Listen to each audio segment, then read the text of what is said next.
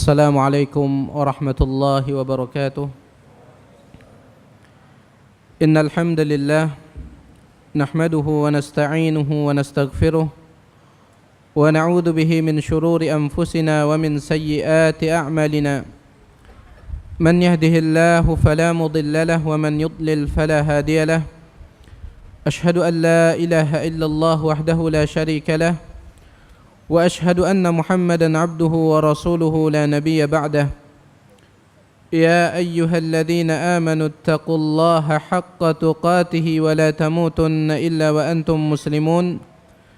أما بعد فإن أصدق الحديث كتاب الله وخير الهدي هدي محمد صلى الله عليه وسلم وشر الأمور محدثاتها فإن كل محدثة بدعة وكل بدعة ضلالة وكل ضلالة في النار.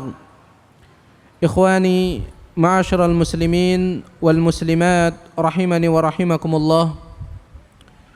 Segala puji dan syukur bersama kita kembalikan kepada Allah Subhanahu wa taala yang telah memberikan kepada kita kesempatan untuk menjauh dari laknat Allah Subhanahu wa taala. Karena dunia dan seisinya dilaknat oleh Allah Subhanahu wa taala, sebagaimana dalam hadis yang diriwayatkan oleh Imam Tirmidzi, Imam Ibnu Majah dan sebagian para ulama menghasankannya. Nabi sallallahu alaihi wasallam mengatakan, "Ad-dunya mal'unah." Dunia ini dilaknat oleh Allah Subhanahu wa taala. Mal'unun ma fiha, dan segala apa yang ada di dalamnya juga dilaknat oleh Allah. Illa dzikrallah, kecuali zikir kepada Allah. Wa ma walah, dan amalan-amalan yang dicintai oleh Allah. Au aliman au muta'alliman, atau orang yang memiliki ilmu dan orang yang belajar ilmu. Inilah yang dikecualikan dari laknat Allah Subhanahu wa taala. Maka berbahagialah kita yang berada di tempat ini. Semoga kita termasuk daripada apa yang disabdakan oleh Nabi SAW dalam hadis yang kita bacakan tadi. Ikhwani fid din, rahimani wa rahimakumullah. Berbicara tentang kebesaran Nabi Muhammad sallallahu alaihi wasallam adalah berbicara tentang sosok manusia yang bukan hanya diakui oleh umat Islam saja, akan tetapi hakikatnya orang-orang non-muslim dari kalangan Yahudi maupun Nasrani mengakui Nabi SAW, mengakui kebesaran beliau. Namun mereka terhalangi oleh rasa sombong mereka. Ya. Bahkan sampai saat ini sebagian mereka, kalau kita tidak mengatakan semua mereka, sebagian mereka mengakui bahwasanya Nabi SAW adalah manusia terbaik. Ya. Mungkin antum pernah baca buku 100 tokoh paling berpengaruh di dunia yang ditulis oleh Michael siapa namanya, orang Yahudi, ya. Di sana yang pertama kali yang ditaruh adalah Nabi Muhammad SAW. Dia mengatakan banyak orang yang menentang pilihan saya ini, tetapi kenyataan memang seperti itu. Kenyataan memang seperti itu, bahwa Muhammad SAW dialah manusia yang terbaik. Tentunya ikhwani fiddin rahimani wa rahimakumullah, tentang kebesaran Nabi sallallahu alaihi wasallam, apabila kita membaca sejarah beliau sallallahu alaihi wasallam semenjak beliau dilahirkan, kemudian bagaimana perjalanan hidup beliau, dan juga bagaimana keutamaan yang diberikan oleh Allah Subhanahu wa taala kepada beliau, maka ini hanya akan mengundang decak kagum. Memang betul-betul beliau SAW adalah manusia yang mulia, manusia yang besar, manusia yang agung. Nabi SAW ketika beliau dilahirkan oleh bunda beliau Aminah, kemudian beliau diasuh oleh seorang wanita yang bernama Halimah, ya, seorang wanita dari suku Sa'ad bin Abi Bakar. Di sana beliau pernah mengalami suatu kejadian yang membuat Halimah memulangkan beliau kepada ibunya Aminah. Meskipun Halimah hakikatnya menginginkan agar Nabi SAW tetap tinggal bersama dirinya, karena ia melihat banyaknya berkah atau barokah yang ia dapatkan semenjak ia mengasuh Nabi Muhammad SAW. Namun karena rasa khawatir disebabkan kejadian tersebut, maka ia dengan berat hati memulangkan Muhammad SAW kepada bundanya Aminah. Kejadian tersebut adalah syaqqus sadr, kejadian operasi pertama di atas muka bumi Allah Subhanahu wa taala. Dan kejadian ini diriwayatkan oleh Imam Muslim dalam kitab sahihnya. Tatkala itu Nabi sallallahu alaihi wasallam sedang bermain bersama saudara sepersusuannya, putra dan putri Halimatus Sa'diyah, di belakang rumahnya Halimah. Tiba-tiba disebutkan dua orang datang mendatangi Nabi sallallahu alaihi wasallam, dan dua orang tersebut adalah malaikat. Kemudian salah seorang di antara mereka mengatakan kepada temannya, apakah ini dia orang yang engkau maksud, yang kita diperintahkan oleh Allah Subhanahu wa taala untuk menemuinya? Maka temannya mengatakan iya. Kemudian dipeganglah Nabi sallallahu alaihi wasallam, sedangkan saudara-saudaranya, saudara sepersusuan beliau berlarian sambil mengatakan bahwasanya Muhammad sallallahu alaihi wasallam sedang diculik oleh seseorang, sebagian mengatakan dibunuh oleh seseorang, dan seterusnya. Kemudian dibelahlah dada Nabi Muhammad sallallahu alaihi wasallam, dan malaikat tersebut mengeluarkan alaqatan sauda, gumpulan darah yang hitam, lalu mencuci hati Nabi Muhammad sallallahu alaihi wasallam. Sebagian riwayat mengatakan dengan air Zam-Zam, sebagian riwayat juga mengatakan dengan salju, dengan air es. Ya. Intinya hati Nabi sallallahu alaihi wasallam dicuci, kemudian dikembalikan ke dalam tubuh beliau sallallahu, dan inilah operasi pertama di atas muka bumi Allah Subhanahu wa taala.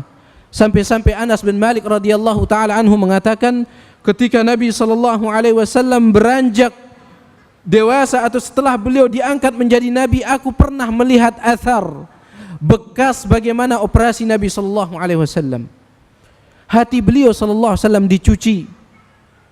Hati beliau sallallahu alaihi wasallam dibersihkan dari segala macam penyakit, dari segala macam kotoran, sehingga benarlah apa yang diucapkan oleh Abdullah bin Mas'ud radhiyallahu taala anhu, sebagaimana dalam riwayat Imam Ahmad dan juga dibawakan oleh Al-Imam Al-Ajurri dalam kitab Asy-Syari'ah dengan sanad yang hasan.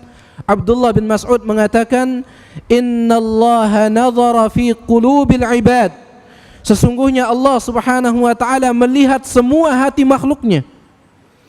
Allah melihat semua hati makhluknya. Fawajada qalba Muhammadin khaira qulubil ibad, maka Allah menemukan hati Muhammad adalah sebaik hati manusia, karena telah dicuci oleh Allah Subhanahu wa taala. Ya. Hati yang merupakan tolak ukur baiknya seluruh amal manusia dimiliki oleh Nabi sallallahu alaihi wasallam sebagai hati yang paling baik. Ini kebesaran Nabi sallallahu alaihi wasallam, keistimewaan beliau semenjak beliau dilahirkan oleh bunda beliau Aminah. Kemudian setelah itu banyak sekali kejadian-kejadian lainnya, dan ini akan sangat panjang apabila kita ceritakan. Ya, saya akan cukupkan dengan sebuah hadis yang diriwayatkan oleh Imam Muslim dalam sahihnya. Nabi sallallahu alaihi wasallam mengatakan, "Fuddiltu 'alal anbiya'i bi sittin." Aku diistimewakan oleh Allah Subhanahu wa taala di atas seluruh nabi dengan menggunakan 6 perkara. Artinya aku diberikan 6 perkara yang tidak diberikan kepada nabi-nabi selain aku. Di antaranya adalah wa bu'ithtu ilal khalqi kaffatan. Aku diutus oleh Allah Subhanahu wa taala kepada seluruh makhluk. ketika semua nabi sebelum Nabi Muhammad sallallahu alaihi wasallam diutus oleh Allah Subhanahu wa taala khusus kepada kaumnya saja, di saat itu Nabi sallallahu alaihi wasallam justru diutus kepada seluruh makhluk. Bahkan seandainya para nabi sebelum beliau masih hidup, mereka tidak punya pilihan kecuali menjadi pengikut Nabi Muhammad sallallahu alaihi wasallam. Mereka tidak punya pilihan. Sebagaimana firman Allah Subhanahu wa taala dalam surah Ali Imran ayat yang ke-81, "Wa idz akhadallahu mitsaqan nabiyyin," dan ingatlah ketika Allah Subhanahu wa taala mengambil perjanjian dari seluruh para nabi. "Lama ataitukum min kitabin wa hikmah," ketika aku telah memberikan kepada kalian, kata Allah, kitab dan hikmah kepada seluruh para nabi. Ya. "Tsumma ja'akum rasulun musaddiqun lima ma'akum," kemudian datang kepada kalian seorang rasul yang membenarkan ajaran yang kalian bawa. "La tu'minunna bihi wa la tansurunnah," kalian harus benar-benar beriman kepadanya. Allah ambil perjanjian kepada seluruh nabi. Kalian harus benar-benar beriman kepadanya ketika ia datang, nabi tersebut. "Wala tansurunnah," dan kalian harus membelanya. Bukan hanya kepada manusia saja, bahkan kepada seluruh nabi apabila mereka masih hidup tidak punya pilihan mereka kecuali menjadi pengikut Nabi sallallahu alaihi wasallam. Makanya di dalam riwayat Al-Imam Al-Bazzar yang dihasankan oleh Al-Imam Al-Albani rahimahullahu ta'ala, suatu ketika Umar ibn Al-Khattab, beliau memegang beberapa lembar Taurat. Kemudian dilihat oleh Nabi sallallahu alaihi wasallam. Ketika ditanya apa itu, Umar ibn Al-Khattab mengatakan ini lembaran Taurat. Maka langsung wajah Nabi sallallahu alaihi wasallam merah. Beliau marah, ya. Beliau marah melihat Umar ibn Al-Khattab memegang lembaran Taurat. Dikhawatirkan akan masuk syubhat ke dalam hatinya. Kemudian Nabi sallallahu alaihi wasallam mengatakan, "Walladzi nafsi biyadihi," demi zat yaitu Allah Subhanahu wa taala yang jiwaku berada di tangannya. "Law kana Musa hayyan ma wasi'ahu illa ittiba'i," seandainya Musa saat ini hidup di tengah-tengah kalian, maka dia tidak punya pilihan kecuali harus mengikuti aku. Ini kemuliaan Nabi sallallahu alaihi wasallam, keistimewaan Nabi sallallahu alaihi wasallam yang Allah Subhanahu wa taala muliakan beliau di atas seluruh para nabi, yaitu beliau diutus kepada seluruh manusia. Dan kita telah diberikan hidayah oleh Allah Subhanahu wa taala untuk memeluk Islam, untuk menjadi pengikut beliau. Dan di antara sekian banyak umat Islam, kita kembali diistimewakan oleh Allah Subhanahu wa taala dengan mengikuti sunnah beliau sallallahu alaihi wasallam, dan ini keistimewaan yang luar biasa. Sampai-sampai Imam Ahmad bin Hanbal rahimahullahu taala mengatakan, aku tidak tahu di antara dua nikmat manakah yang aku lebih berbahagia, apakah nikmat Islam ataukah nikmat berada di atas sunnah ini. Aku tidak tahu. Di antara sekian banyak manusia Allah pilih kita untuk memeluk Islam. Kemudian di antara sekian banyak umat Islam Allah pilih kita untuk mengikuti sunnah Nabi sallallahu alaihi wasallam. Ini dua nikmat yang sangat luar biasa. Dua nikmat yang sangat luar biasa. Dan Islam yang murni adalah yang sunnah Nabi sallallahu alaihi wasallam. Sebagaimana yang dikatakan oleh Imam Al-Barbahari rahimahullahu taala, "I'lamu anna al-Islam huwa sunnah wa sunnatu hiyal Islam." Ketahuilah Islam yang sebenarnya adalah sunnah Nabi SAW, dan sunnah Nabi SAW itulah dia Islam. Selain sunnah Nabi SAW bukan Islam yang sebenarnya. Jadi ikhwani fiddin rahimani wa rahimakumullah, inilah mungkin muqaddimah singkat dari saya tentang sedikit tema tentang kebesaran Nabi SAW. Dan nanti akan dibicarakan panjang lebar oleh Ustadz kita, Ustadz Abu Humairah hafizahullah ta'ala. Kurang dan lebihnya, meskipun tentunya ini kurangnya lebih banyak ya, tidak ada lebihnya. Kurangnya saya minta maaf. Semoga apa yang benar antum bisa terima, dan itu semata-mata datang dari Allah Subhanahu wa ta'ala. Dan apa yang salah, maka itu datang dari saya pribadi dan dari syaitan. Dan saya memohon ampunan dari Allah Subhanahu wa ta'ala. Aqulu qawli hadza wassalamu alaikum warahmatullahi wabarakatuh.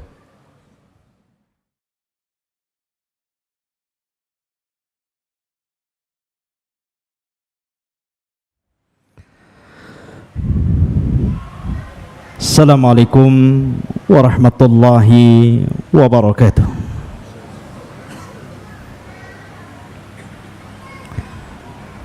Innal hamdalillah nahmaduhu wa nasta'inuhu wa nastaghfiruh wa na'udzu billahi min shururi anfusina wa sayyiati a'malina. Man yahdihillahu fala mudilla lahu wa man yudlil fala hadiya lahu. Asyhadu an la ilaha illallah wahdahu rabbi la syarika lahu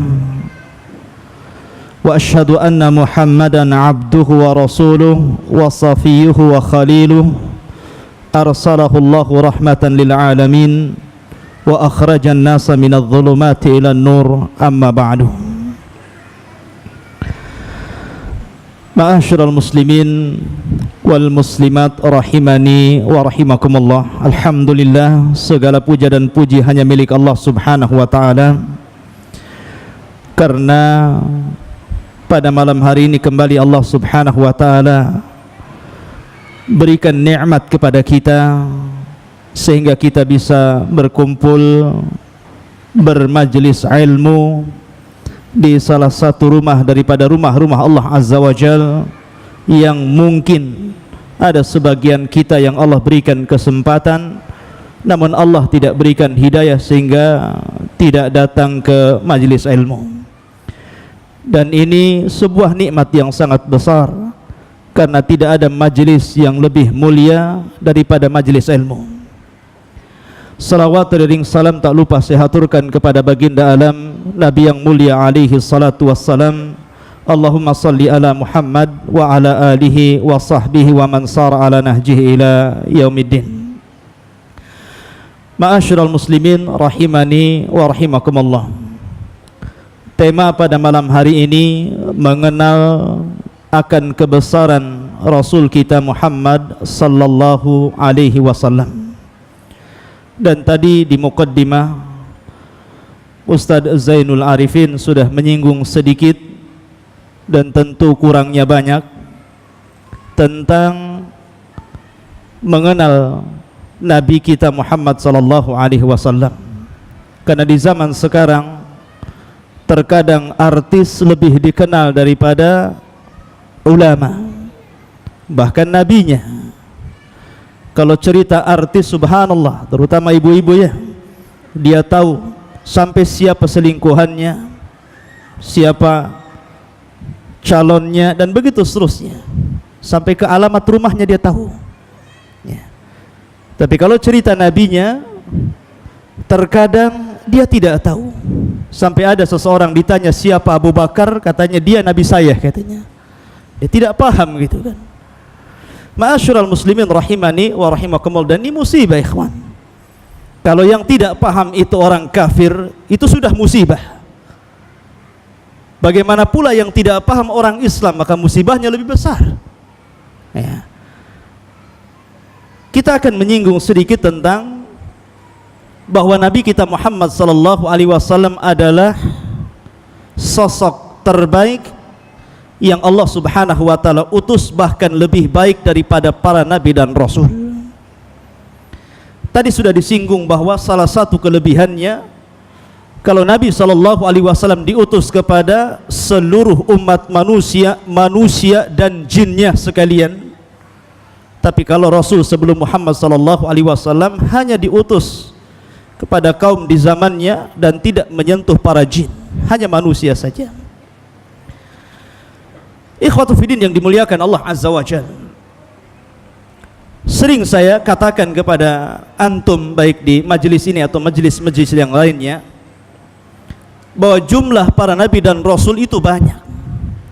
Makanya kalau antum membaca kitab-kitab akidah tentang keimanan kepada para rasul, salah satunya kita beriman kepada rasul yang kita kenal dan rasul yang tidak kita kenal. Maksudnya apa? Karena Rasul yang kita kenal mungkin hanya 25 Nabi dan Rasul. Itu pun kita tidak hafal mungkin ya. Kita hafal hanya sebagian saja. Tapi yang tidak kita kenal itu lebih banyak sebenarnya. Karena dalam hadis yang sahih bahwa Rasul yang diturunkan itu berkisar 120.000 Nabi kurang lebih. Dan Rasul sekitar 315 Rasul yang Allah utus ke permukaan bumi. Akan tapi ikhwatu fiddin yang dimuliakan Allah Azza wa Jalla, dari yang kita kenal 25 Nabi dan Rasul, Allah Subhanahu wa Ta'ala pilih di antara mereka 5 Rasul pilihan yang dikenal dengan sebutan ulul azmi minar rusul. Dan itu adalah Nuh alaihi salatu wassalam, Ibrahim alaihi salatu wassalam, Musa, Isa, dan Rasul kita Muhammad sallallahu alaihi wasallam. Perhatikan ikhwatu fiddin yang dimuliakan Allah Azza wa Jalla. Maka keberadaan Rasul kita Muhammad sallallahu alaihi wasallam lebih baik daripada ulul azmi minar rusul. Bahkan seluruh nabi dan rasul. Saya contohkan Adam alaihi salatu wassalam. Adam adalah bapak kita semua, Abul Basharil Ula, bapak yang pertama, yang dari sulbinya lahirlah kita semua. Adam alaihi salatu wassalam, Allah berikan ilmu, wa 'allama Adamal asma'a kullaha, dan Allah ajarkan nama-nama segala sesuatu kepada Adam alaihi salatu wassalam. Allah anugerahkan ilmu. Dan juga Allah anugerahkan Rasul juga ilmu. Wa 'allamaka ma lam takunu ta'lamun. Dan Allah ajarkan ilmu kepadamu yang sebelumnya kamu tidak tahu atau orang-orang tidak tahu. Adam Allah berikan ilmu, sebagaimana Rasul Allah berikan ilmu. Akan tetapi Allah Subhanahu wa Ta'ala muliakan Rasul dengan kekuatan hafalan. Sanuqri'uka fala tansa. Kami akan bacakan kepadamu dan engkau tidak akan pernah lupa. Artinya Allah lebihkan Rasul dengan kekuatan hafalan dibandingkan dengan bapak manusia Adam alaihi salatu wassalam. Adam alaihi salatu wassalam, ikhwatu fiddin yang dimuliakan Allah Azza wa Jalla, pernah masuk ke dalam sorga. Rasul juga pernah masuk ke dalam sorga. Allah katakan, uskun anta wa zaujukal jannah ya Adam, masuklah engkau dan istrimu ke dalam sorga. Luar biasa ikhwan, bahwa Adam pernah di sorga, pernah merasakan nikmat sorga. Tapi Rasul kita juga pernah masuk sorga. Dakhaltul jannah fa idza ana biqasrin minadz dzahab. Aku pernah masuk ke dalam sorga, tiba-tiba di hadapanku terbentang sebuah istana yang terbuat dari emas. Kemudian dikatakan kepada Jibril, liman hadha ya Jibril, untuk siapa ini Jibril? Maka Jibril mengatakan, li Umar ibn al-Khattab, untuk Umar ibn al-Khattab. Artinya apa? Rasul masuk ke dalam sorga sebagaimana Adam masuk ke dalam sorga. Lalu apa perbedaannya? Perbedaannya, Adam tidak memiliki kunci pintu sorga, tapi Rasul sallallahu alaihi wasallam memiliki kunci pintu sorga. Biyadika mafatihul jannah, kata Allah, di tanganmu wahai Muhammad kunci-kunci pintu sorga. Karena ketika manusia seluruhnya telah berhasil melintasi siratul mustaqim,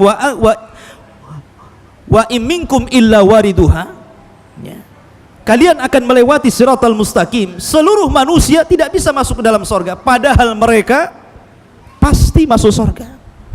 Karena di antara mereka adalah seluruh nabi dan rasul. Tapi pintu sorga tertutup, tidak ada yang bisa membukanya hatta Adam alaihi salatu wassalam. Lalu siapa yang membukanya?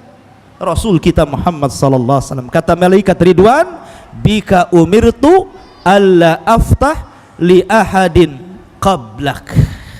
Karena wahai Muhammad, aku tidak diperintah untuk membuka pintu ini sebelummu.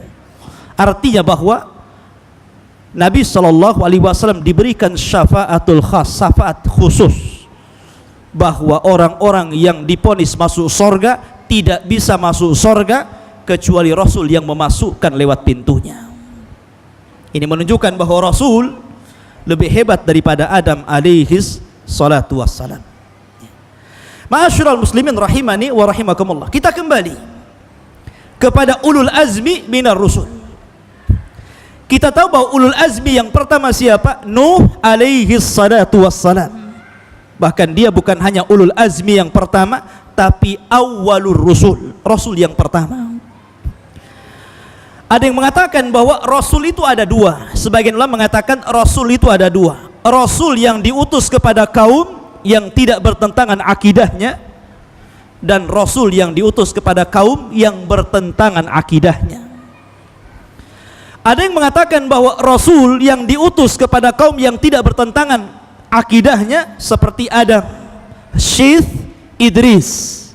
Ini tiga rasul yang diutus kepada kaum yang tidak bertentangan akidahnya, karena di zaman itu belum ada kesyirikan. Adapun rasul yang diutus kepada kaum yang bertentangan akidahnya adalah Nuh alaihi salatu wassalam, karena di zaman itu terjadi kesyirikan pertama, yakni kesyirikan kaum Nuh ketika mereka melampaui batas dalam mengagungkan orang saleh. Maka Nuh bukan hanya ulul azmi, tapi rasul yang pertama. Allah mengatakan dalam Al-Quran, falabisa fi qaumihi alfasanatin illa khamsina amah. Nuh berdakwah kepada kaumnya itu 1000 tahun dikurangi 50 tahun, artinya 950 tahun. Tapi apa hasilnya? Saya tanya, apa hasil Nuh? Yang ia katakan dalam Al-Quran, inni da'autu qaumi laila wa nahara. Aku berdakwah kepada kaumku siang dan malam selama 950 tahun. Ternyata tidak ada yang mengikuti Nuh kecuali yang sedikit, dan yang banyak dimurkai Allah subhanahu wa ta'ala. Allah murka kepada kaumnya Nabi Nuh, sehingga Allah subhanahu wa ta'ala kirim tufan, dan Allah musnahkan seluruh kaum Nuh. Tidak ada yang hidup kecuali orang yang bersama Nuh dalam kapalnya, kurang lebih 80 orang.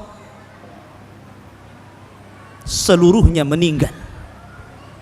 Makanya Nuh disebut Abul Basari Tsani, bapak manusia kedua, karena setelah azab yang Allah turunkan kepada Nabi Nuh, tidak ada manusia yang tersisa kecuali Nuh dan sedikit pengikutnya.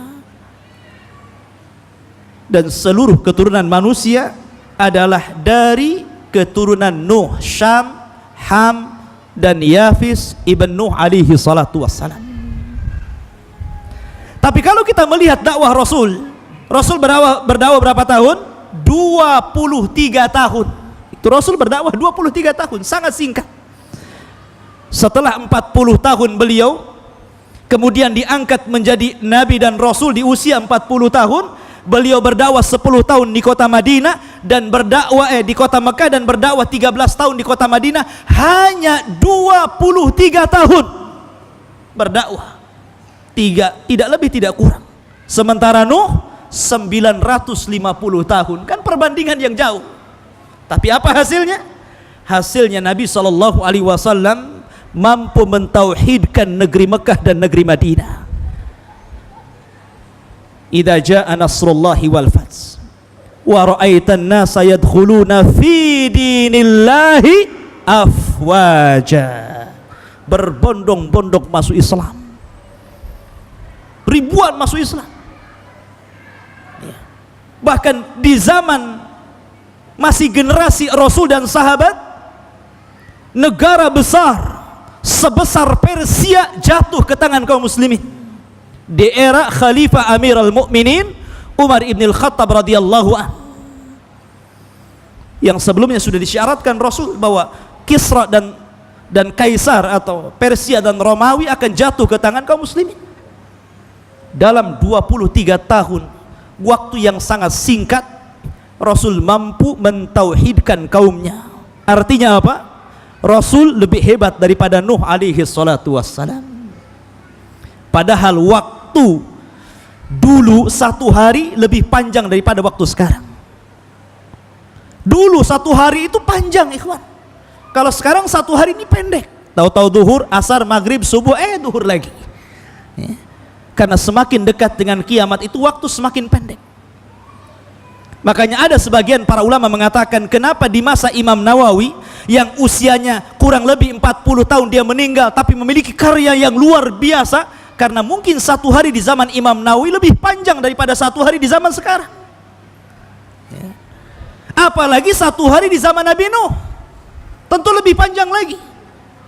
Dan Nuh berdakwah bukan seminggu sekali kayak di Jabal Arafah begini, malam minggu saja, laila wa nahara, siang dan malam. Tapi tidak ada yang mengikuti kecuali sedikit. Artinya Rasulullah SAW lebih berhasil dalam dakwah daripada Nuh alaihi salatu wassalam. Ma'asyiral muslimin rahimani wa rahimakumullah. Bahkan Nuh alaihi salatu wassalam tidak sabar. Ketika dia mengatakan, inni maghlubun fantasir, ya Rabb, kaumku sudah akan mengalahkan aku, sudah mengancam diriku, fantasir, tolonglah aku. Nuh tidak sabar, sehingga akhirnya Allah subhanahu wa ta'ala mengijabah doa Nuh alaihi salatu wassalam, sehingga mengirim tufan menghancurkan kaum Nuh alaihi salatu wassalam. Tapi Nabi SAW tidak demikian. Ketika orang-orang Taif mencelakai Rasul SAW dalam berdakwah, Rasul hanya mengatakan, Allahumma hdi bi qaumin fa innahum la ya'lamun. Ya Allah, berikan hidayah kepada mereka, sebab kalau mereka tahu saya Nabi, mereka tidak akan mencelakai aku. Kenapa Nabi SAW diberikan sifat rahmat, kasih sayang melebihi Nuh alaihi salatu wassalam? Karena Allah katakan, alam nashrah laka sadrak. Bukankah aku telah melapangkan dadamu? Bahkan Allah lewat malaikatnya telah membelah dada Rasul, sebagaimana tadi sudah dijelaskan. Sebagian para ulama sejarah mengatakan Rasul pernah dibelah 3 kali. Pertama ketika usianya 2 tahun 6 bulan dalam pangkuan Halimatus Sa'diyah. Yang kedua sebelum diutusnya menjadi Nabi dan Rasul. Dan yang ketiga ketika proses Isra dan Mi'raj, dibelah dadanya, diambil hatinya, dicuci, dikeluarkan seluruh penyakit hati. Makanya Allah mengatakan, alam nashrah laka sadrak. Makanya Rasul memiliki sifat rahmah. Allahumma hdi bi qaumin fa innahum la ya'lamun. Lihat bahwa Nabi SAW lebih hebat daripada Nuh alaihi salatu wassalam. Ini ulul azmi yang pertama, Nuh alaihi salatu wassalam. Kita beranjak kepada ulul azmi yang kedua, Ibrahim. Ibrahim ma'ruf ikhwatu fiddin, bahwa Allah subhanahu wa ta'ala memilih Ibrahim dalam sebuah ayat, innallaha astafa Adam wa Nuha wa ala Ibrahim wa ala Imrana alal alamin. Allah telah memilih keluarga Ibrahim. Kenapa? Karena setelah Ibrahim diutus menjadi Nabi dan Rasul, tidak ada Nabi dan Rasul setelahnya kecuali semuanya keturunan Ibrahim alaihi salatu wassalam. Baik dari Nabi Bani Israel, keturunan Ishak yang berakhir dengan Isa bin Maryam, atau keturunan Ismail yang berakhir dengan Rasul kita Muhammad sallallahu alaihi wasallam. Artinya Ibrahim memiliki keutamaan yang luar biasa. Bahkan Ibrahim disebut dengan Khalilur Rahman, kekasih Allah Azza wa Jalla. Tapi ternyata gelar Khalilur Rahman itu juga melekat kepada Rasul kita Muhammad sallallahu alaihi wasallam. Lau kuntu muttakhidan khalilan lattakhadtu Aba Bakrin khalilan walakin sahibuhu Khalilur Rahman. Kalau aku memang harus mengambil kekasih untukku, maka aku jadikan Abu Bakar kekasih. Tapi aku adalah kekasih Allah, tidak mungkin mengambil kekasih yang lain. Artinya Ibrahim Khalilur Rahman, Rasul kita juga Khalilur Rahman. Kedua-duanya Khalilur Rahman. Tapi Ibrahim hanya dijadikan imaman linnas, pemimpin bagi manusia. Tapi Rasul sallallahu alaihi wasallam menjadi imaman lil alamin, pemimpin bagi semesta alam, manusianya dan jinnya. Tunduk kepada Rasul kita Muhammad sallallahu alaihi wasallam. Ma'asyiral muslimin rahimani wa rahimakumullah. Nabi Ibrahim adalah nabi yang banyak diuji oleh Allah Azza wa Jalla. Salah satu ujian terbesar yang pernah dialami Ibrahim adalah ketika Ibrahim disuruh untuk menyembelih Ismail. Ini ujian terbesar. Inni ara fi manami anni adzbahuka fangdur madza tara. Dan mimpinya seorang nabi adalah wahyu. Allah memerintahkan Ibrahim menyembelih Ismail. Bayangkan, Ibrahim tidak punya anak. Makanya kenapa Sarah menawarkan Hajar? Karena kasihan Ibrahim tidak punya keturunan. Setelah kemudian menikah dengan Hajar dan memiliki Ismail, tiba-tiba Allah memerintahkan menyembelih Ismail. Ini ujian berat, ikhwan. Apalagi anak laki-laki, ya kan? Akan tetapi karena kesabaran Ibrahim dan keikhlasan Ismail, akhirnya Ismail hanya mengatakan, if'al ma tu'mar satajiduni insyaallah minas sabirin. Lakukan wahai bapakku. Ya. Artinya apa? Kesabaran Ibrahim dan keikhlasan Ismail, akhirnya Allah menggantikan Ismail dengan kambing, dan Allah tidak menghendaki penyembelihan itu, dan Ismail tidak jadi disembelih.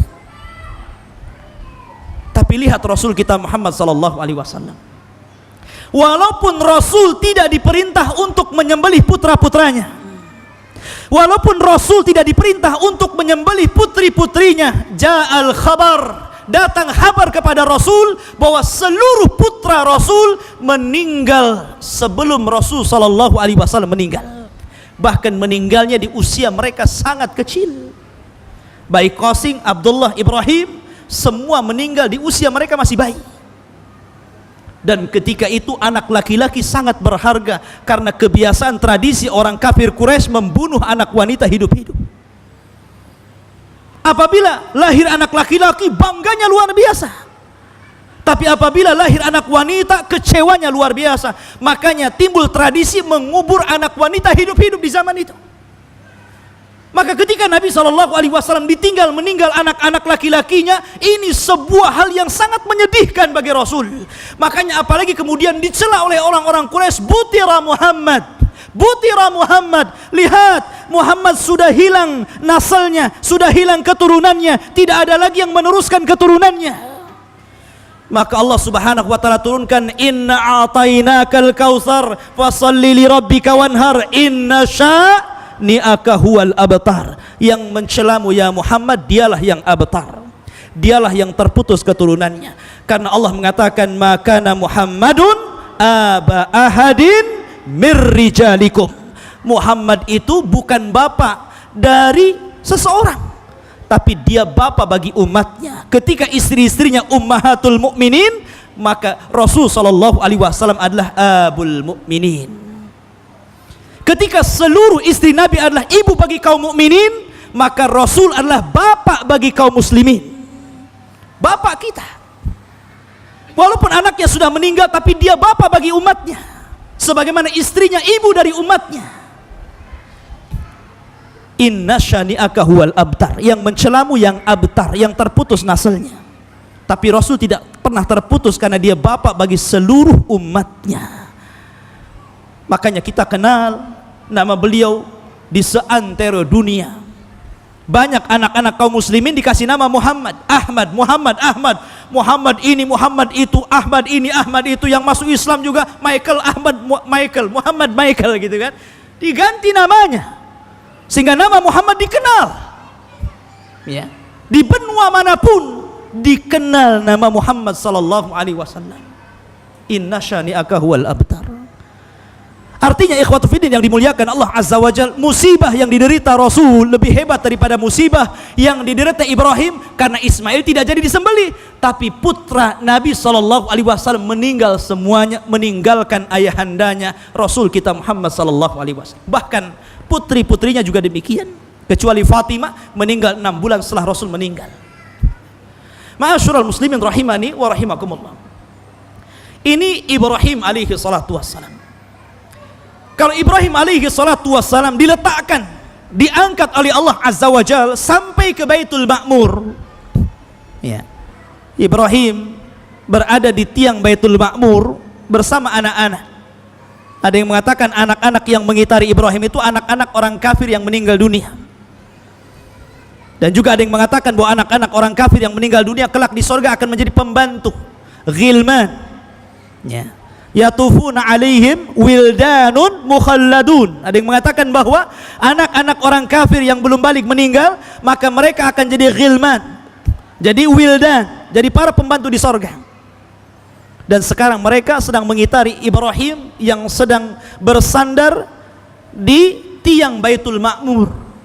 Tapi Nabi SAW lebih hebat lagi, diangkat bukan hanya ke Baitul Ma'mur, tapi ke Sidratul Muntaha, lebih tinggi lagi. Karena Baitul Ma'mur di atas langit, tapi Sidratul Muntaha di atas Baitul Ma'mur. Dan di atas Sidratul Muntaha adalah sorga Allah Azza wa Jal, fi Sidratil Muntaha indaha Jannatul Ma'wa. Ma'asyiral muslimin rahimani wa rahimakumullah. Ibrahim alaihi salatu wassalam. Yang ketiga di antara ulul azmi minar rasul siapa? Nabi Musa alaihi salatu wassalam.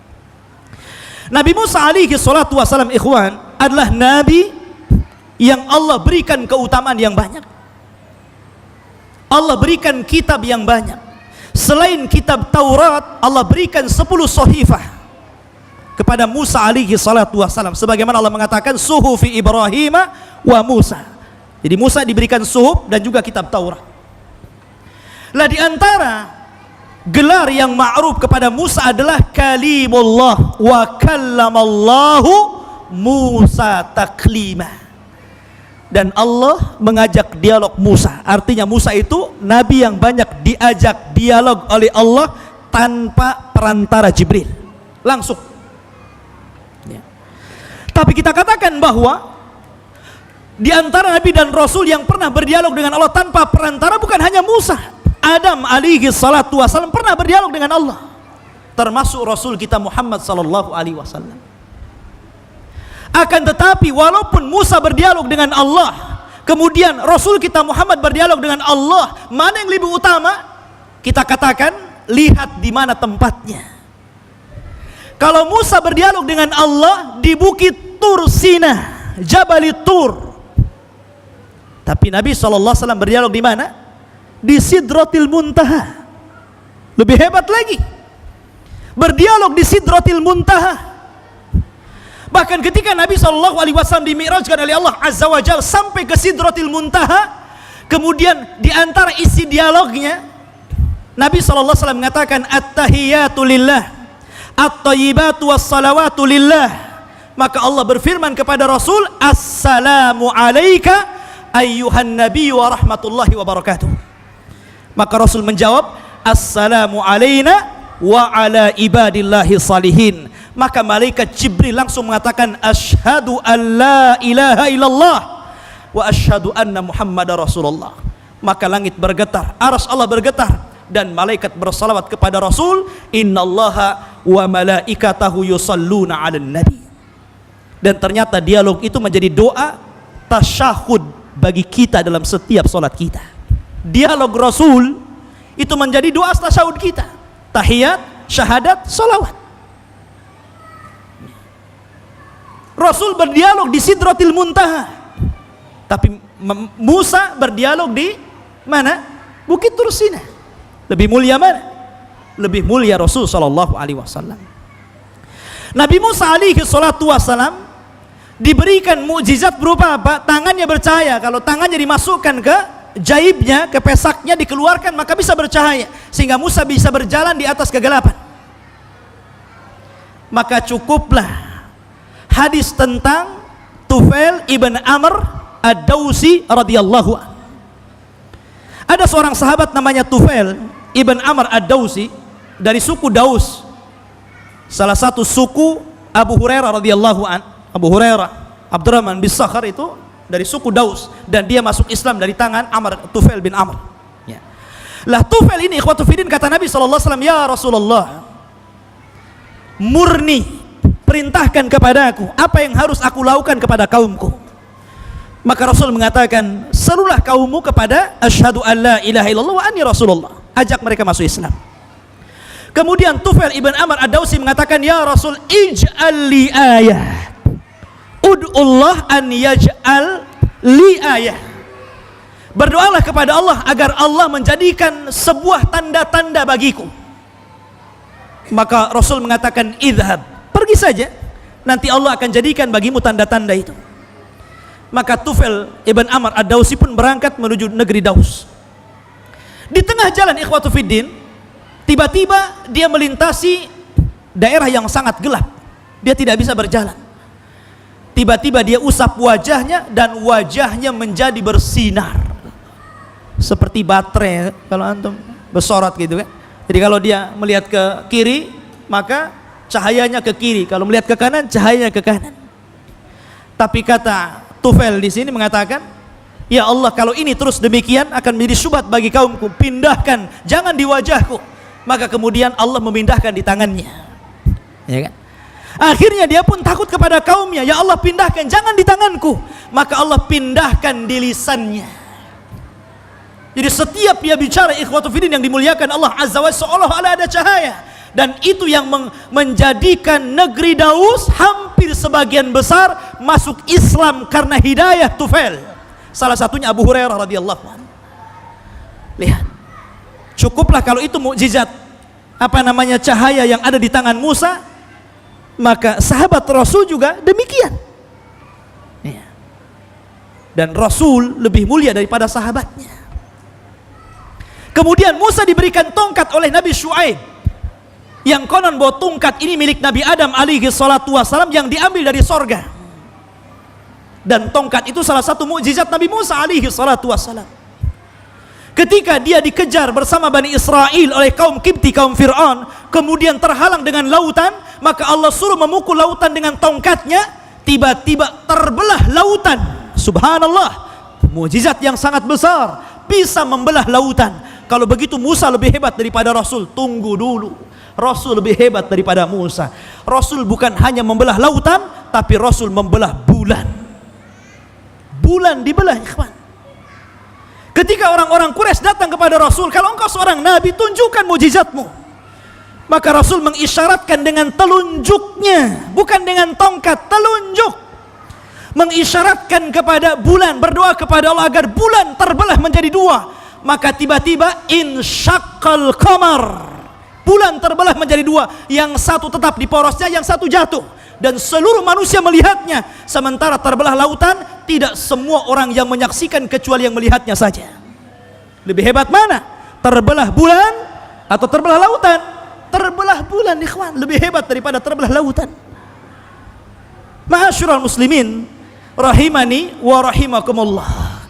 Itu Musa alaihi salatu wassalam. Kemudian setelah Musa siapa? Isa ibn Maryam, yang Allah subhanahu wa ta'ala pilih dalam Al-Quran, wa ala imrana alal alamin, karena keluarga Imran melahirkan dua bayi yang tidak bisa disentuh syaitan, Maryam bintu Imran dan Isa bin Maryam. Isa bin Maryam yang dari sebelum lahir, setelah lahir, sampai diangkat ke langit, ayyadahu biruhil qudus. Allah tolong dia dengan diutus malaikat Jibril. Jibril yang membela Isa sebelum, setelah, bahkan sampai diangkat.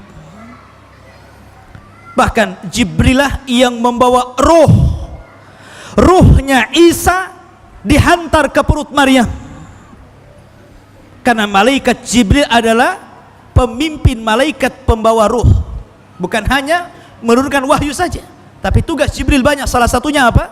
Membawa ruh. Ya. Salah satu ruh yang dibawa adalah ruh Isa bin Maryam yang ditancapkan di perut Maryam. Fatamatsala lahu basharan sawiyah. Jibril menjelma seperti laki-laki yang tampan setelah meniupkan ruh kepada perut Maryam. Kemudian setelah Jibril meniupkan ruh, kemudian Isa lahir, sampai dia besar, sampai diangkat ke langit hidup-hidup, sampai sekarang masih hidup dan belum mati. Jibril senantiasa bersama Isa bin Maryam. Tapi Nabi SAW lebih hebat daripada Isa bin Maryam. Seluruh malaikat bersama Nabi SAW. Innallaha wa malaikatahu yusalluna 'alan nabi. Seluruh malaikat bersalawat kepada Rasul. Dalam perang Badar Allah mengatakan bi khamsati alafin minal malaikati munzalin. di mana 5.000 malaikat bersama Rasul dalam perang Badar. Ada yang mengatakan Jibril membawa 1.000 pasukan, Mikail membawa 1.000 pasukan, Israfil membawa 1.000 pasukan, kemudian malaikat maut membawa 1.000 pasukan, dan satu malaikat yang tidak disebut nama membawa 1.000 pasukan, dan jumlahnya 5.000 pasukan. Sampai Rasul mengatakan kaidum haizum, kaidum haizum, maksudnya Jibril telah datang. Dan Allah ajarkan bagaimana perang yang baik. Fadribu fawqal a'naq wadribu minhum kullabanan. Tebas belakang lehernya, jangan menebas sininya, karena tidak akan mati. Kemudian tebas juga urat nadinya. Banan itu artinya sini. Bahwa dalam peperangan pun Islam mengajarkan kelembutan. Cari titik yang kalau ditebas itu cepat mati. Jangan titik yang sengaja nggak mati-mati. Perutnya dirojok-rojok nggak mati-mati, kasihan. Tebas bagian yang kalau dia kena tebas itu langsung mati. Artinya Islam mengatakan idza qataltum fa ahsinul khitlah. Dan ini umum, baik binatang ataupun manusia. Ya. Ma'asyiral muslimin rahimani wa rahimakumullah. Maka Nabi lebih hebat daripada Isa. Isa diangkat semasa hidupnya ke langit ketiga. Sampai sekarang Isa berada di langit ketiga. Dan kelak akan diturunkan di akhir zaman, membunuh babi, mematahkan salib, dan membunuh Dajjal. Isa diangkat ke langit ketiga. Nabi SAW juga diangkat di masa hidupnya kemana? Ke Sidratil Muntaha, lebih tinggi daripada Isa bin Maryam. Ya. Rasul SAW walaupun Isa masih hidup tidak mengikuti ajaran Isa, tapi Isa wajib mengikuti ajaran Rasul ketika dia turun. Makanya dia sholat di belakang Imam Mahdi sebelum melawan Dajjal. Dalam hadis-hadis yang banyak yang berbicara tentang fitan akhir zaman. Artinya Nabi SAW lebih hebat dari seluruh Nabi dan Rasul. Ma'asyiral muslimin rahimani wa rahimakumullah. Bagaimana kalau mengatakan Adam alaihi salatu wassalam, seluruh malaikat sujud kepada Adam, sementara tidak ada malaikat yang sujud kepada Rasul? Maka kita katakan ya, memang tidak ada malaikat yang sujud ta'zim kepada Rasul sebagaimana malaikat sujud ta'zim kepada Adam, tapi seluruh malaikat bersolawat kepada Rasul, dan solawat lebih umum daripada hanya sekedar sujud. Apalagi solawatnya malaikat menggunakan fi'lul mudhari, sementara sujudnya malaikat menggunakan fi'lul madhi. Apa bedanya fi'il madhi dengan mudhari? Maksudnya begini, Allah mengatakan dalam Al-Quran fasajadal malaikah, maka malaikat telah sujud kepada Adam. Artinya sujudnya selesai dan tidak akan ada sujud lagi kepada Adam. Tapi fi'lul mudhari itu yadullu alal hal wal mustaqbal. Innallaha wa malaikatahu yusalluna, menggunakan fi'lul mudhari, artinya salawatnya malaikat hari ini dan seterusnya sampai kiamat, tidak dibatasi waktu. Lebih hebat mana? Lebih hebat Rasul daripada Adam alaihi salatu wassalam. Antum harus bangga dengan Rasul kita Muhammad sallallahu alaihi wasallam dibandingkan para nabi dan rasul. Walaupun demikian, la nufarriqu, tidak boleh kita membeda-bedakan para rasul. Jangan mendustakan Rasul yang telah Allah utus kepada agama-agama sebelum kita. Kita akui Rasul mereka. La nufarriqu baina ahadin mir rusul. Ma'asyiral muslimin, ini kalau kita cerita keutamaan Rasul di dunia, kita cerita keutamaan Rasul di akhirat. Keutamaan Rasul di akhirat, ikhwatu fiddin, menjangkau seluruh nabi dan rasul. Bahkan Rasul pernah mengatakan ana sayyidu waladi bani Adam wala fakhr. Aku pemimpin anak Adam. Sayyidul awwalina wal akhirin. Sayyidul awwalina wal akhirin. Pemimpinnya orang awal dan pemimpinnya orang akhir. Artinya Rasul akan merajai seluruh manusia. Bahkan dia yang pertama bangun dalam ketika manusia dihancurkan pada sangkakala yang kedua, maka orang yang pertama bangkit adalah Nabi SAW. Dan tidak ada manusia yang tidak ditanya di kuburannya kecuali Rasul, karena Rasul salah satu pertanyaannya. Rasul salah satu pertanyaannya, makanya Rasul tidak ditanya. Masa Rasul ditanya padahal dia adalah pertanyaannya? Maka seluruh manusia di kuburan ditanya kecuali Nabi SAW, karena salah satu pertanyaannya adalah tentang wa ma nabiyuk, siapa nabimu. Dia adalah pertanyaannya itu sendiri.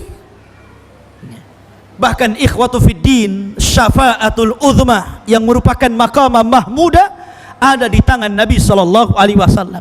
Kunci-kunci pintu sorga ada di tangan Rasul SAW. Bahkan Nabi SAW memberi banyak syafaat yang khusus yang tidak diberikan kepada rasul-rasul dan nabi-nabi selain Rasul kita Muhammad SAW. Bahkan dia kedudukannya paling tinggi di akhirat. Ma'asyiral muslimin rahimani wa rahimakumullah. Maka dunia akhirat Nabi tetap terbaik. Bahkan ikhwatu fiddin, kebanyakan penduduk sorga seluruhnya berasal dari umat Muhammad. Kata Rasul SAW, atardawna antakunu sulusai sukani ahlil jannah. Apakah kamu ridho kamu menjadi 1/3 dari penduduk sorga? Maka sahabat mengatakan radina ya Rasulullah. Tapi Rasul mengatakan wa arju antakunu syatra sukani ahlil jannah. Tapi aku berharap mudah-mudahan bukan 1/3, tapi separuh dari kalian menjadi penduduk sorga. Karena sorga itu 120 saf, 80-nya adalah umat Islam, 40-nya umat sebelum kita. Artinya bahwa umat Islam itu terbanyak masuk sorga daripada umat sebelum Islam. Dan ini adalah kebahagiaan tersendiri bagi umat Rasul sallallahu alaihi wasallam. Kita memiliki Rasul terbaik, Quran terbaik atau kitab terbaik, dan menjadi umat terbaik. Kuntum khaira ummatin ukhrijat linnas. Kalian sebaik-baik umat yang Allah keluarkan kepada manusia. Kita harus bahagia menjadi umat terbaik, memiliki kitab terbaik dan memiliki Rasul terbaik, bahkan memiliki syariat terbaik. Allah telah gabungkan dari sekian sifat-sifat Rasul ada pada Rasul kita Muhammad sallallahu alaihi wasallam. Allah telah gabungkan dari seluruh kandungan kitab-kitab yang Allah turunkan ada dalam Al-Quran. Allah telah gabungkan dari sekian banyak ajaran-ajaran sebelum Islam ada pada syariat Islam.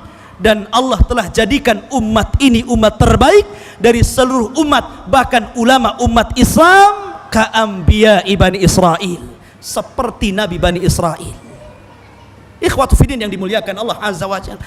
Maka inilah kebesaran Rasul sallallahu alaihi wasallam. Pribadi yang luar biasa, yang tidak pernah ada dari sekian sahabat-sahabat Rasul melebihi pengagungan sahabat Rasul kepada Rasul sallallahu alaihi wasallam. Tidak ada satupun sahabat Rasul, sahabat para nabi dan rasul yang melebihi ta'zim kepada rasulnya melainkan sahabat-sahabat Nabi SAW. Apabila Rasul berwudu, mereka berebut air wudunya sampai hampir berperang. Apabila Nabi SAW sedang mencukur rambutnya, berebut untuk mengambil rambutnya. Keringatnya Rasul adalah minyak wangi, sebagaimana kata Ummu Sulaim. Kencingnya kalau kencing ke bumi tidak ada bekasnya. Bahkan Nabi SAW darahnya suci sampai Abdullah bin Zubair ketika membekam Rasul, kemudian Rasul menyuruh untuk membuang darah, malah diminumnya. Karena darahnya Rasulullah tahir, suci. Lihat ma'asyiral muslimin, bahkan Rasul memiliki pandangan di belakangnya sama dengan di depannya. Rasul bisa melihat ke depan dan Rasul bisa melihat ke belakang. Kata Nabi SAW, la tasawwunna sufufakum, rapatkan saf kalian, karena inni ara min khalfi kama ara fil amam. Aku melihat ke belakang sebagaimana aku melihat ke depan. Lihat ketika tragedi Abi Bakrah masuk ke masjid. Ada seorang sahabat namanya Abi Bakrah radhiyallahu an masuk ke masjid karena takut ketinggalan 1 rakaat. Sementara manusia sudah ruku, ketika sampai di pintu masjid dia bertakbir Allahu Akbar, kemudian ruku, kemudian berjalan sampai ke saf. Ruku sambil jalan. Sampai Nabi SAW selesai sholat mengatakan, siapa tadi yang ruku sambil berjalan? Maka Abi Bakar mengatakan, ana ya Rasulullah. Dari mana Rasul tahu? Karena Rasul punya pandangan ke belakang. Kenapa kau lakukan ma hamalaka ala ma fa'alta ya Aba Bakar? Kenapa kau lakukan itu? khasyitu fawat rak'ah, karena aku takut hilang satu rakaat. Maka Rasul mengatakan, zadakallahu hirsan wala ta'ud, semoga Allah menambah semangat ibadahmu, tapi jangan kau ulangi ya. Lihat bagaimana Nabi SAW memiliki keutamaan mampu memandang ke arah belakang sebagaimana mampu mengarah ke depan. Ketika hijrah Rasul dari Mekah ke Madinah, kata Abu Bakar, aku tidak pernah melihat Rasul menengok ke kiri, ke kanan, apalagi ke belakang. Pandangan Rasul ke depan. Kenapa? Karena Rasul bisa melihat ke belakang. Tidak ada CCTV. Di zaman itu tidak ada CCTV. Dan ini mukjizat Rasul yang tidak diberikan kepada Rasul-Rasul dan Nabi-Nabi yang lainnya. Bahkan ikhwatu fiddin, Rasul diberikan kekuatan. Dalam riwayat 40 laki-laki, dalam riwayat 10 laki-laki. Kekuatan Rasul sallallahu alaihi wasallam sama dengan 40 arba'ina rajulan. 40 kekuatan laki-laki kekar. Sampai di zaman itu ada seorang namanya Abu Rukanah, ahli gulat. Subhanallah, kalau gulat nggak pernah kalah. Dia, Abu Rukanah ini, membawa unta, kemudian berpapasan bersama Nabi sallallahu alaihi wasallam. Rasul iseng-iseng menawarkan tanding kepada Abu Rukanah, ya Abu Rukanah, bagaimana kalau kita bergulat? Kata Abu Rukanah, kalau aku menang apa hadiahnya? Dan kalau kau kalah apa hadiahnya? Kata Nabi SAW, kalau aku bisa mengalahkan dirimu, serahkan untamu kepadaku. Tapi kalau aku bisa mengalahkan dirimu, Afwan terbaliknya, Nabi SAW ketika itu menunggang seekor unta bertemu dengan Abu Rukanah. Kata Nabi, kalau engkau bisa mengalahkan aku, unta yang kutunggangi ambil. Tapi kalau aku bisa mengalahkan dirimu, cukup dengan syahadat. Maka Abu Rukanah senang, karena kalau sekali hajar Rasul kemudian tumbang, dia dapat untanya Rasul. Ternyata ketika Abu tanding, Abu Rukanah tidak paham bahwa Nabi memiliki kekuatan 40 laki-laki. Sekali tunjang saja langsung tengguling gitu kan Abu Rukanah. Ya. Akhirnya Abu Rukanah mengakui kekalahannya, tapi tidak mau syahadat. Dia meminta yang lain. Kalau engkau seorang nabi, buktikan mukjizatmu, buat pohon itu berjalan. Maka akhirnya pohon itu berjalan. Abu Rukanah ketakutan kemudian mengatakan, sahir, ini tukang sihir katanya. Masa pohon bisa jalan gitu? Tapi belakangan ada yang mengatakan dia masuk Islam. Wallahu a'lam. Tapi yang jelas bahwa Nabi SAW diberikan kekuatan. Bahkan dia pernah menggilir istri-istrinya dengan sekali mandi. Berapa istrinya Rasul? 9, ada yang mengatakan 11. Dan Rasul tidak pernah merasa lemah, bahkan mengadu adanya kelemahan. Terkadang orang baru, pengantin baru ya, satu malam saya besoknya udah kapar gitu kan. Ini 11 atau 9 istri. Karena Rasul diberikan kekuatan 10 atau 40 laki-laki. Luar biasa. Kemudian Nabi SAW, Allah berikan kekuatan sehingga orang takut. Bahkan musuh yang akan berjumpa dengan Rasul itu sudah takut perjalanan 1 bulan, masirata syahrin. Jadi kalau orang menunggang kuda selama 1 bulan, kira-kira berapa jauhnya? Musuh sudah takut sejarak itu kepada Nabi SAW dan pasukannya. Bahkan bukan hanya manusia, binatang pun takut mendengar nama Nabi SAW. Safinah, khadimu Rasulullah SAW, pernah tersesat jalan. Tiba-tiba dia masuk ke dalam hutan, kemudian bertemu dengan harimau. Ketika dia mengatakan, ana Safinah, khadimu Rasulillah, saya Safinah, pembantu Rasul. Tiba-tiba macan itu mengangguk, ya, kemudian mengantar Safinah dan dikeluarkan dari hutan. Lihat ikhwatu fiddin, ini kelebihan yang Allah berikan kepada Nabi SAW. Intinya bahwa Nabi SAW Allah berikan kelebihan yang luar biasa. Bahkan kalau dalam tatanan ulul azmi minar rusul saja Rasul lebih hebat daripada mereka, tentu selain ulul azmi minar rasul, tentu Rasul lebih hebat. Ustaz, bagaimana Nabi Soleh? Nabi Soleh bisa mengeluarkan unta dari pecahan batu.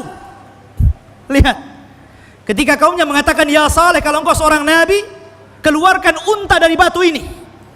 Maka Saleh berdoa kepada Allah Azza wa Jal. Tiba-tiba Allah membelahkan batu, keluar unta betina yang sedang bunting.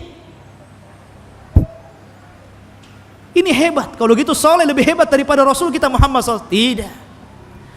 Rasul Sallallahu Alaihi Wasallam bukan hanya, kalau hanya itu saja Rasul lebih hebat lagi. Kenapa? Karena Rasul paham dengan batu. Batu bisa bicara dengan Rasul.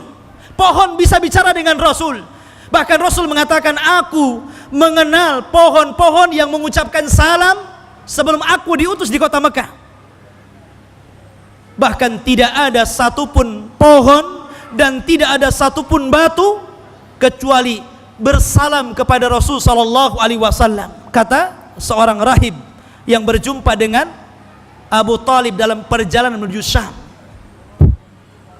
Rasul paham dengan bahasa batu, paham dengan bahasa pohon, bahkan paham dengan bahasa unta itu sendiri.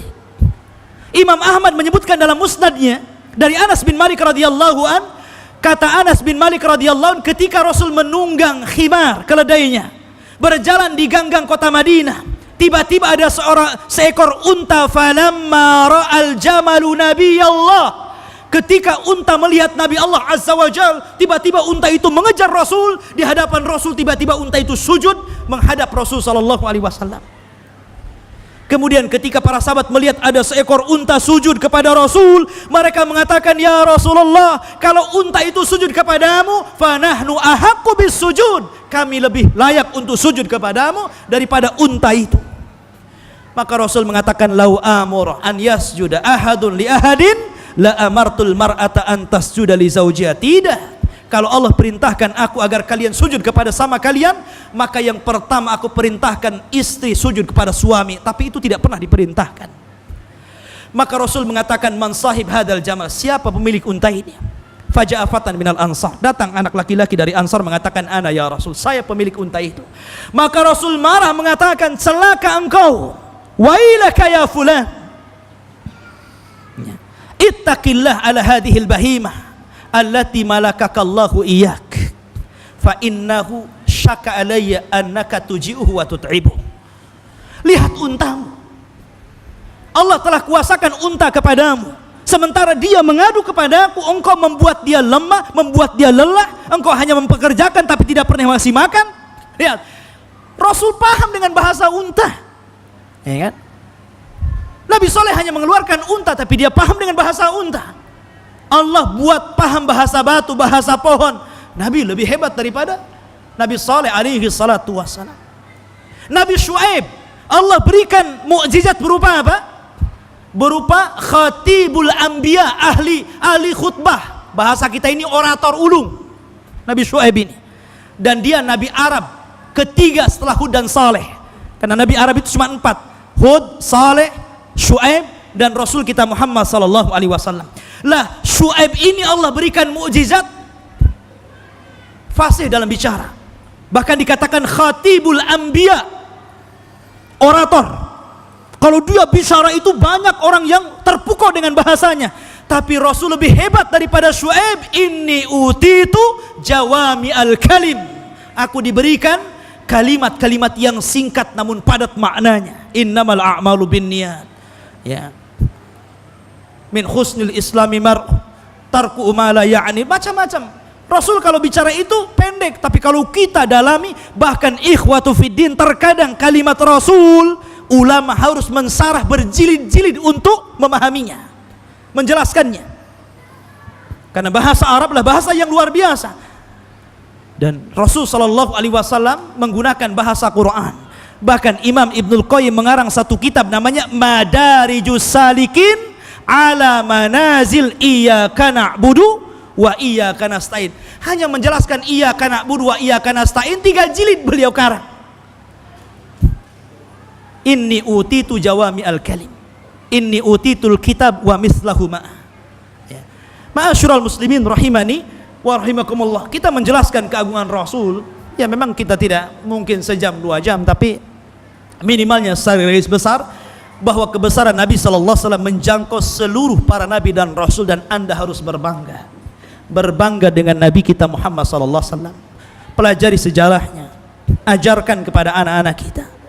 Karena di zaman sekarang ikhwatu fiddin, orang-orang kafir berusaha untuk menjauhkan kita dari Rasul kita Muhammad sallallahu alaihi wasallam.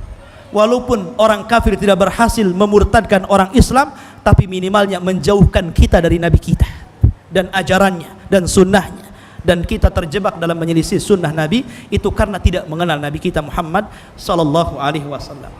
Wallahu alam ikhwan, saya minta maaf karena Ustaz Zainul sendiri baru datang dan saya juga ada kesibukan, mungkin tidak ada tanya jawab, insyaallah mungkin lain kesempatan, dan saya juga minta maaf biasanya ada makalah karena belum ada kesempatan kita menulis. Insyaallah mungkin minggu-minggu berikutnya kita buat makalah lagi supaya antum ada asar, ada bekas setelah ada kajian di Masjid Jabal Arafah ini. Kita tutup dengan doa kafaratul majlis. Subhanakallah bihamdika asyhadu an la ilaha illa anta astaghfiruka wa atubu ilaik. Allahu ta'ala alam. Assalamualaikum warahmatullahi wabarakatuh.